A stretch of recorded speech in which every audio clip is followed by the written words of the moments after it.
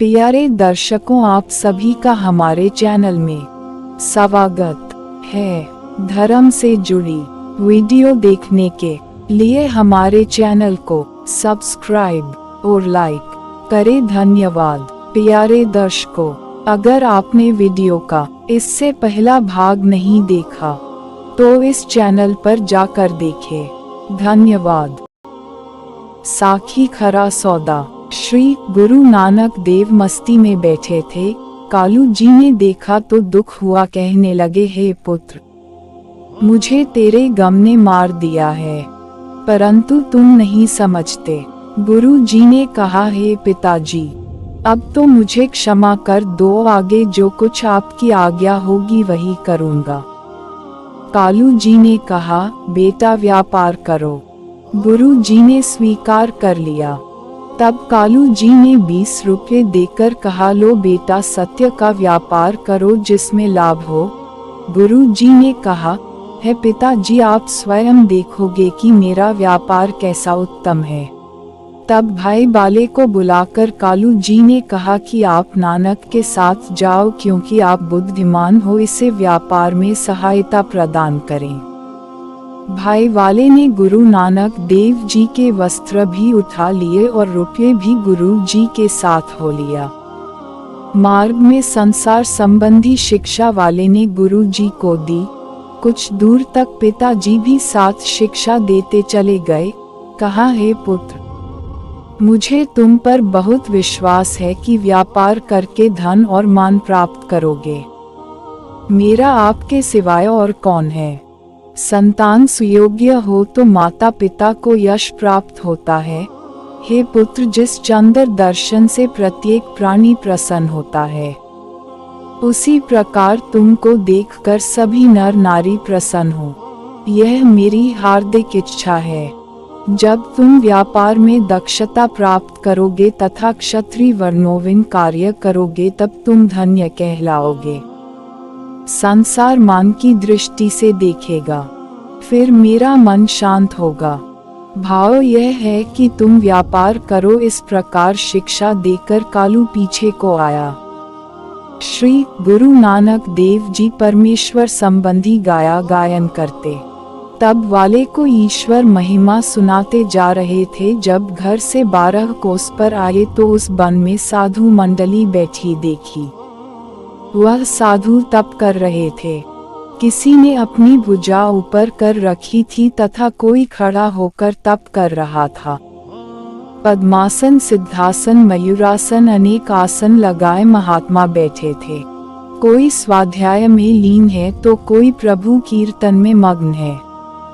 उनके मन में स्वर्ग आदि की कामना थी। संसार के दुखों को त्याग कर एकांत सेवन कर रहे थे। उनमें एक महंत था जो मृगछाला बिछाए बैठा था। सिर पर जटाओं का मुकुट और हृदय में परमात्मा का ध्यान था। श्री गुरु नानक देव इन महात्माओं को देखने लगे। फिर बाले को कहा, हे बाला, मुझे तो वहाँ खरा सौदा नजर आता है, मैं इसको त्याग नहीं सकता। पिताजी की आज्ञा अच्छे व्यापार की है, इससे उत्तम व्यापार और कोई भी नहीं है। यह जो रुपये हमारे पास हैं, इनको अर्पण कर दो, जिससे यह भोजन तथा वस्त्र खरीद सकें। बाले ने कहा, महाराज, महेता कालू जी का भय है, उसने व्यापार के लिए रुपये दिए हैं। कालू का स्वभाव भी कटु है। मैं तो आपका दास हूँ, जो कहो करूँगा, परंतु पिताजी से आपने ही निपटना होगा, वह कहीं मुझ पर कुपित न हो। यह कहकर बाले ने 20 रुपये नानक देव को दे दिए। रुपये लेकर श्री नानक देव एक साधु के निकट जाकर बैठ गए तथा निम्रता पूर्वक कहा, हे संतचर, क्या आप वस्त्र नहीं पहना करते अथवा वस्त्र प्राप्त नहीं होता? शीत घाम दुख तो देते होंगे। साधु ने उत्तर दिया कि हम निर्वाण साधु हैं, हमें वस्त्र की अधिक आवश्यकता माननी ही नहीं चाहिए। साधु ने फिर कहा कि आपको ऐसे प्रश्न करने से क्या लाभ है? तब वाले ने कहा, हे नानक देव, आप जिस काम के लिए आए हैं वह काम करो। गुरु जी ने कहा, बालाजी, मुझे पिताजी ने अच्छा सौदा करने की आज्ञा दी है, मैं तो कोई खरा सौदा ही करूँगा। गुरु जी की यह वाणी सुनकर वाले ने कहा, हे नानक, काल पिता और तुम पुत्र हो, जैसे इच्छा हो सोई करो, हमें क्या। फिर गुरु नानक देव जी ने संत जी से कहा कि यदि आप वस्त्र नहीं पहनते तो भोजन भी शायद ही करते होंगे। साधु बोला, अरे भोले नानक, हम उदासी अर्थात संसार से उदास होकर बनों में ही विचरते हैं तथा जो कुछ परमात्मा देता है वही खान पान आदि करते हैं। गुरु नानक देव जी ने कहा, हे संत जी, आपका पवित्र नाम क्या है? साधु ने कहा, मेरा नाम संत रेणु है। सुनकर श्री नानक देव बहुत प्रसन्न हुए तथा कहने लगे, हे बाला, मैं यह सौदा व्यापार अवश्य करूँगा। मुझे तो यह सौदा व्यापार बहुत ही अच्छा नजर आता, जितना लाभ इसमें है उतना लाभ और कहीं नहीं। बाले ने कहा, आपकी जो मन आए करो, मैं तो कुछ कहने सुनने का नहीं। गुरु जी ने बाले से 20 रुपये लेकर संत रेणु के आगे रख दिए। संत कहने लगा, अरे बालक, रुपये हमें नहीं चाहिए, फिर ये रुपये तो तुम्हारे पिता ने व्यापार के लिए दिए हैं, तुम फकीरों को क्यों दे रहे हो? अभी तुम छोटी अवस्था के हो, तुम्हारा तो अपना लालन पालन अभी माता पिता के कंधों पर है। गुरु जी ने परम मृदुवाणी से कहा, हे संतवर, मेरे पिताजी ने मुझे अच्छा व्यापार करने के लिए कहा है। इस व्यापार से अच्छा व्यापार मुझे नहीं मिला, इसलिए मैं इसी कर्तव्य को करना श्रेष्ठ कर जानता हूँ। संत गुरु जी की ओर देखकर बोला, हे बालक, तुम पहले अपना पूर्ण परिचय दो। तब श्री गुरु जी ने कहा कि मेरा तलवंडी राय बुलार निवास है। महता कालू बेदी जो आज पटवारी हैं उनका पुत्र हूँ तथा मुझे नानक निरंकारी कहकर पुकारा जाता है। हे संतवर, मैंने पहले सतयुग में भक्ति की थी परंतु उसमें उत्तीर्ण न हुआ, फिर त्रेता युग और द्वापर युग में भक्ति की तब कुछ सफलता मिली। हमारी भक्ति उसी निरंकार की भक्ति है, अर्थात अनन्य भक्ति हमें प्रिय है। हम तो पहले भी निरंकारी थे और अब भी निरंकारी हैं। साधु ने प्रसन्न होकर कहा, हे नानक, जो कुछ चाहो हमसे मांग सकते हो। गुरु जी ने कहा कि यदि आप प्रसन्न हैं तो मुझे निरंकारी अर्थात सर्वेश्वर परमात्मा दीजिए। साधु ने कहा, जो कुछ मांग रहे हो वह तो तुम स्वयं ही हो तथा यह रुपये हमें नहीं चाहिए। यदि तुम्हें संत सेवा करनी ही है तो इन रुपयों का सामान अर्थात कच्चा भोजन ला दो। यह साधु जो हमारे साथ हैं ये बनाकर क्षुधा निवारण कर लेंगे। श्री गुरु नानक देव जी रुपये लेकर निकट की किसी बस्ती में गए तथा आटा, चावल, दाल आदि बर्तनों सहित लेकर आए। तब उस महंत साधु ने कहा, हे नानक देव, आप तो उस परमात्मा के रूप हैं। इस कलयुग में निरंकारी नानक रूप धार कर प्रकट हुए हैं। इन महात्माओं को आज भूखे रहते 7 दिन व्यतीत हो चुके हैं। सिवाय उस देव्य शक्ति के इस निर्जन वन में और किन सहायक बन सकता है। हमने अपने योग बल से आपको पहचान लिया है।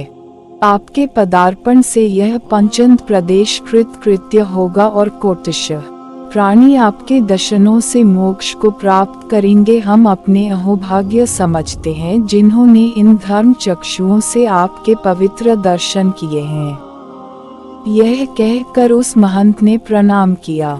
प्रणाम का उत्तर प्रणाम में ही देते हुए और मंद मंद मुस्कराते हुए जगदाधार श्री नानक बाले के साथ घर की ओर लौटे।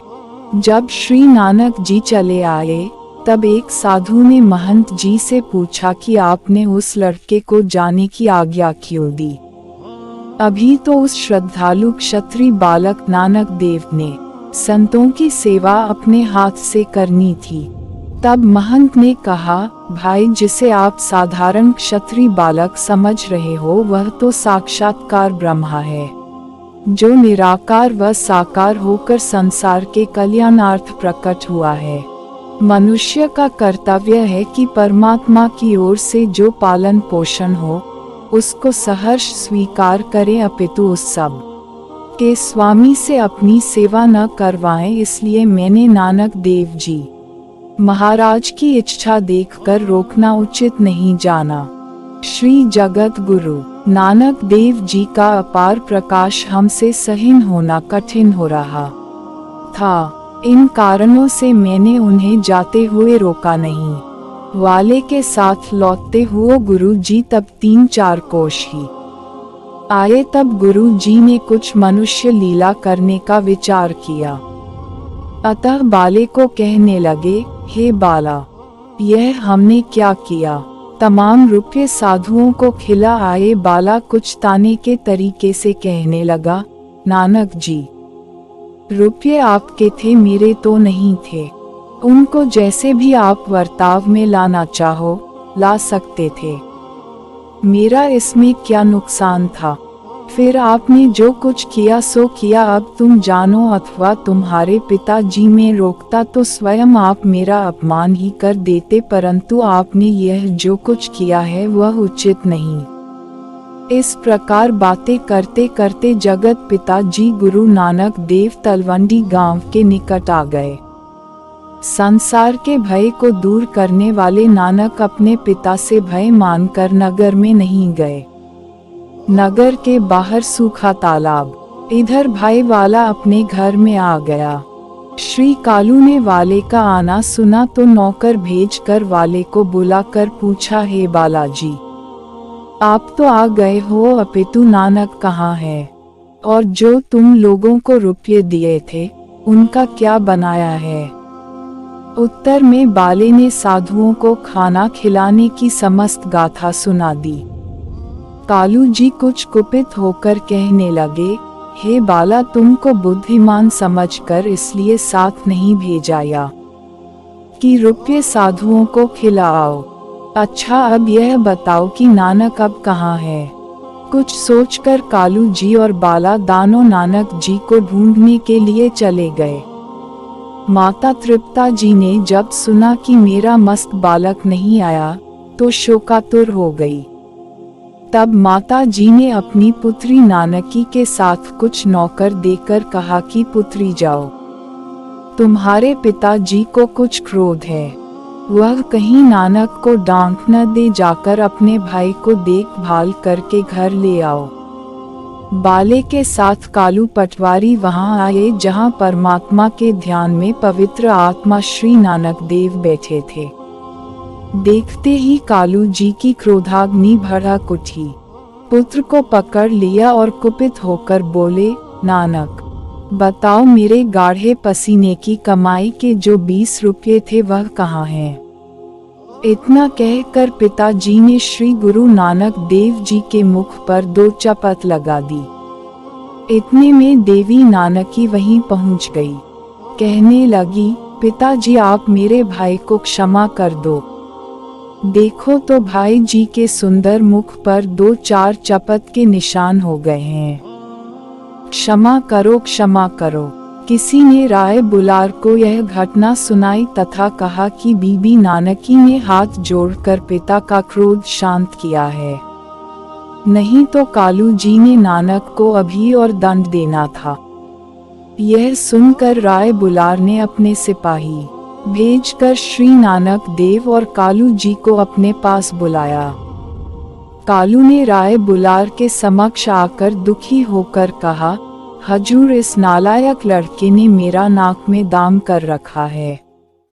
उस समय राय बुलार के ऊपर कालू जी के दुख का कोई प्रभाव न हुआ तथा उल्टा कालू पर कुपित हुआ और नानक देव को अपनी गोद में लेकर दुलार करने लगा और कालू को कहने लगा, देख कालू, मैंने तुमको बहुत दफा कहा है कि तुम इस मस्त बालक को कभी भी बुरा भला न कहा करो। अपितु तुमने आज इस बेचारे को बहुत मारा है, जिससे सभी लोग तुम्हारी निंदा कर रहे हैं। हे कालू, तुम्हें न तो मेरा डर है और न ही उस परमात्मा का भय है। फिर तुम्हें इकलौते बेटे पर भी दया नहीं है। धन से मोह है। तुम तो इंसानी सूरत में राक्षस हो। तुम श्री नानक जैसे सुपुत्र के पिता होने के अधिकारी नहीं हो। मेरा मन चाहता है कि मैं नानक को अपने घर रखूं और दिल से सत्कार करूं, परंतु विवश हूं। तुम इसे दुखी करते हो, यह अत्यंत अनुचित है। इसका पाप मुझे लगता है। यह साधारण बालक नहीं। इतना कहते राय बुलार के नेत्रों में जल आ गया तथा कालू पर अति क्रोध आ गया। राय बुलार क्रोध में कांपने लगा तथा कहने लगा, सुन पटवारी, मैंने आज तक तेरा मान किया है, परंतु नानक के मुंह पर तेरे हाथ से लगे हुए निशान देखकर मैं कह सकता हूँ कि तुम इंसान नहीं हो, पिता की शक्ल में कसाई व्याध हो। तब डरते हुए कालू ने कहा, हर मैं क्या करूं, बहु तेरा समझाया है, मगर इसने तो मेरा नाक में दम कर रखा है। मैंने इसे 20 रुपये व्यापार के लिए दिए और इसके साथ बाले को भेजा। बाले ने आकर कहा कि नानक ने 20 रुपये साधुओं को दे दिए हैं। जब से नानक चलने फिरने योग्य हो गया है, तब से इसने घर का बहुत नुकसान किया है। अब यह 20 रुपये बर्बाद करके नगर के बाहर छुप कर बैठ गया था, जहां मैंने इसे जा पकड़ा। राय बुलार ने तब बाले को बुलाकर पूछा कि बाला, तुम नानक के साथ गए थे, सो सत्य सत्य सुनाओ। बाले ने जो कुछ हुआ था वह सुना दिया। सुनकर बुलार ने कहा, पटवारी, जो तुम्हारी किस्मत बुरी है। तुम इस बालक को पहचान नहीं सके तथा इसका उचित आदर नहीं करते। जैसे पारस को त्याग कर कोई मूर्ख कौड़ियों की परवाह करता है, तुम्हारी हालत उस जैसी है। विवश हूँ क्योंकि मैं शरीर से एक मुसलमान हूँ और नानक देव का जन्म एक हिंदू घराने का है, इसलिए मैं क्रियात्मक तौर से कुछ भी करने को असमर्थ हूँ और तुम माया के भूखे हो। अच्छा, जो कुछ नानक तुम्हारा नुकसान करे वह मुझसे ले लिया करो। यह कहकर बुलार ने अपने निजी नौकर हरमंदा खां को कहा, जाओ मेरे घर से 20 रुपये लाकर पटवारी को दे दो। नौकर ने बेगम, जिसकी जाति खोखरी थी, उससे 20 रुपये मांगे। नौकर ने 20 रुपये लाकर कालू जी को दिए, परंतु कालू ने वह रुपये न लेते बुलार की हुए कहा, हजूर, रुपये आगे भी तो आपके ही दिए हुए हैं। जब मैं आपका नौकर हूँ तो रुपये भी तो आपके ही हैं। मैं और नानक तथा हमारा सारा परिवार भी आपका ही है। मैं इस प्रकार आपसे रुपया नहीं लेना चाहता।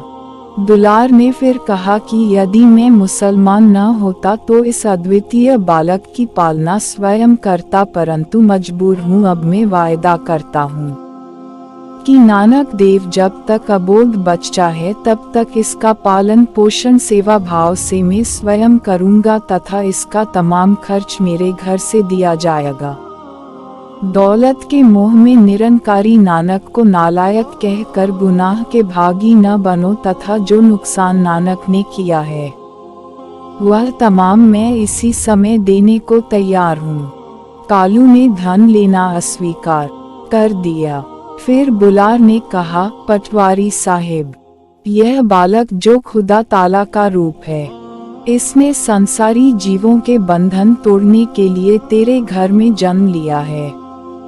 यह बालक तो दिव्य संत रूप है, परंतु तुम इसे दंड देते हो, मैं हैरान हूँ। राय कहीं कुपित न हो इसलिए कालू जी ने रुपये ले लिए, फिर आज्ञा लेकर अपने घर को आया। श्री नानक देव को कालू ने चपटे लगाए हैं।